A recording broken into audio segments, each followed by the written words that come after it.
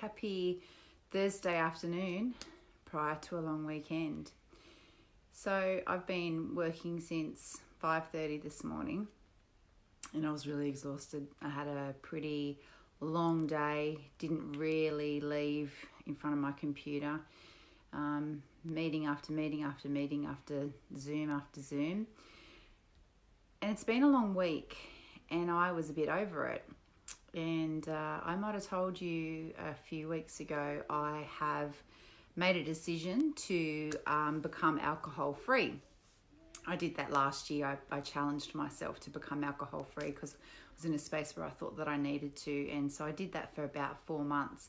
And I resented every single day of being alcohol free for that 4 months. I really didn't enjoy it a lot. I was bitter about it. So I did some RTT sessions because I made the decision that being alcohol free would be better in terms of more supportive for my health and for my goal to be my best self, be the best mum that I can be more present in my own space and give me more energy and not feel lethargic because I have a lot going on. So after a week of juggling all of the different components that COVID brings, I was a bit cranky, and I found out this afternoon that some people that work in the aged care industry that we thought were eligible for a retention bonus aren't eligible at all, which is really inequitable, and I am very anti social injustice, and I was really cranky, really cranky. I thought,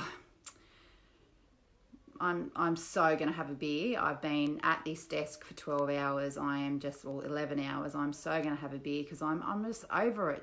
What a week this has been. I'm exhausted. I'm miserable. I'm cranky. And then I took a breath and I went, right, because when I get in this state, what I do is say, right, Jody, what can you be grateful for in this situation? And sometimes it's harder than others to pick up what I'm grateful for. But there's lots of things I'm grateful for. I'm grateful that I have a job. I'm grateful that I'm employed doing something that right now is useful. I'm helping people who are servicing vulnerable people in our community, and I'm advocating for them, and I'm being a strong, staunch voice for them. And I'm grateful that I have an opportunity to speak up for those people and support them in a time that's really tricky and help them navigate some of the, intricacies and trickiness and legislative things that go through. Anyway, that's all just the crappiness. But I'm grateful that I can actually do something that is supportive and helpful. I've got some RTT sessions this weekend. I'm grateful that I get to do that I get to change people's life. I got a message the other day from a girl that I had worked with, only one session. She had massive, crippling anxiety and she couldn't go to work. And she sent me a message and went, "You've changed my life. I can't thank you enough. The family issues that I was experiencing, I have no emotional connection to anymore. It's just like watching a movie, has no effect on me." And it made me cry. I was so happy for her. It made me cry and it made me smile from my heart to throughout my whole home. I was stoked. So I feel heaps better now, and I didn't have a beer. In fact, what I did do is went down and got an alcohol-free beer. Alcohol-free beer. There you go. Rather than have a normal beer. So I'm quite happy that I stuck with my alcohol-free commitment, and with ease, thank God for RTT, because I'm not doing alcohol-free resentfully anymore, which is good. So that'll help me keep a clear mind and not be tired in the morning and not be lethargic and do some stuff that I wanted to do. So gratitude is one of my go-to, probably my highest go-to. even in the Oranges Toolkit, which we teach people about gratitude. My team call me the gratitude queen. I'm grateful for everything. I like to have an attitude of gratitude. I think that it's important and it really changes your perspective. So we do a couple of things in my family, myself and my 2 children. At dinner of a night, I ask them about their 3 best things from the day. So it's just that day. What's 3 best things that you experienced today? And it might be I didn't have to go to school. It might be I got to have a golden gay time before breakfast, or, because we're homeschooling and sometimes you just go, yep, I'll allow it. And it might be one of the best thing I got to play on my iPad for an hour, whatever. So 3 best things is a really nice thing to do to reflect on that day. We also write a gratitude journal. I've grabbed my daughter's, she's 10, and she writes down, before we go to bed, we write down 3 things that we're grateful for. So, and it can be from anything. It's, one thing was she was grateful that Olive is happy and Mia is happy. They're our dogs. You can be grateful that it was Nanny's birthday coming. Grateful that Uncle came to visit and Erin. Grateful that I got to hug my brother. So grateful for anything. Grateful that it's a long weekend.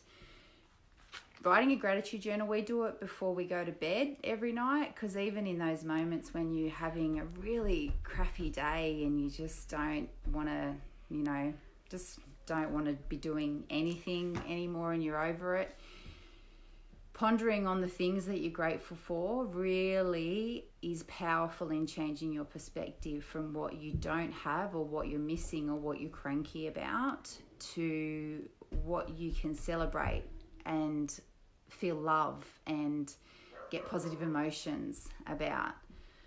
So 3 best things is an awesome tool. Writing a gratitude journal, 3 things is great. I'm grateful that I've got 2 dogs, even though they're barking right now. I can hear the posties thing. I'm waiting for a delivery, so I'm grateful for that. When you're thinking about gratitude towards somebody else, it's really nice for you to share that with them. I did an exercise when I was doing a positive psychology specialization, and it was how can you improve one of your strengths? And my biggest strength is gratitude.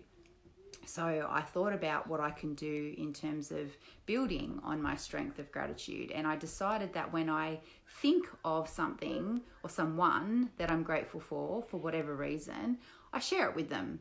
So right now, I'm grateful for my hairdresser who works one-on-one clients in a salon at her home, because she just gave me awesome hair. Look how pretty it is. So shiny. Thanks, Louie. I'm grateful for you and your beautiful hairdressing skills and your compassion when I really needed my hair foiled. So sharing your gratitude is really impactful because it has the power of making you feel good and makes somebody else feel good. So it's altruistic. It's really, really awesome. And vary your list every day. My 5-year-old son, most days, he says, I'm grateful for hugs, or I'm grateful for my mum, or I'm grateful for Zoe, which is awesome. And it's really nice for him to reflect on those things. But as adults, we can probably mix it up a little bit. We can be grateful for a holiday we had when we were 10 years old. That's fine. I'm grateful that I have a different space that I can work in when the kids are really noisy and I've got a meeting for 75 people over Zoom. Lots of things to be grateful for. So I just wanted to share that with you because my mood shifted very quickly when I practiced my gratitude. If you've got 4 days off right now, congratulations. Try and be kind to yourself in that time. Try practicing gratitude. Try sharing what you're grateful for to the people that you feel that gratitude for, and see how it feels for them and see how it feels for you. See how it feels in your body, where you feel it. Do you feel it in your heart? Do you feel it in your head? Do you feel it in your smile?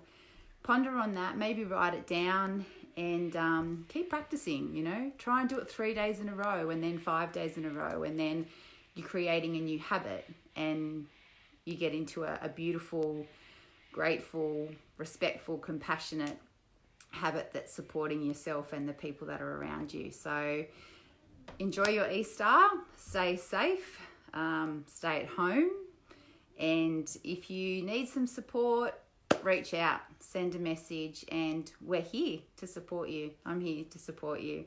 I'm not going anywhere for 4 days, so send a message. Have a good one, everyone. Bye.